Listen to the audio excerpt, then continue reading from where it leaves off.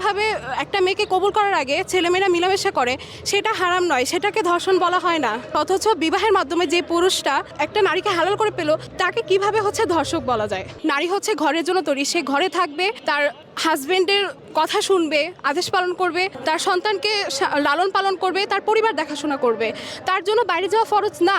কিন্তু আজকে পুরুষদের ঊর্ধ্বে গিয়ে নারীদেরকে যেভাবে নারীর অধিকারের মাধ্যমে যেভাবে সমাজের অবনতি ঘটানো হচ্ছে, সেটার আমরা ঘোর বিরোধী। আমরা যৌন ব্যবসাটাকে শ্রমিক হিসেবে আখ্যা করব, এটা তো মানে নারীদেরই অবমাননা হচ্ছে। আমরা স্বামী স্ত্রী সম্পর্ক চাবো না, কিন্তু একটা যৌনকর্মীদের স্বীকৃতি দিব, এটা তো হতে পারে না।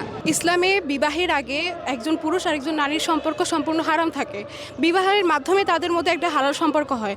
অথচ আজকে যারা রিলেশন করে হারামভাবে একটা মেয়েকে কবুল করার আগে ছেলেমেয়েরা মিলামেশা করে, সেটা হারাম নয়, সেটাকে ধর্ষণ বলা হয় না।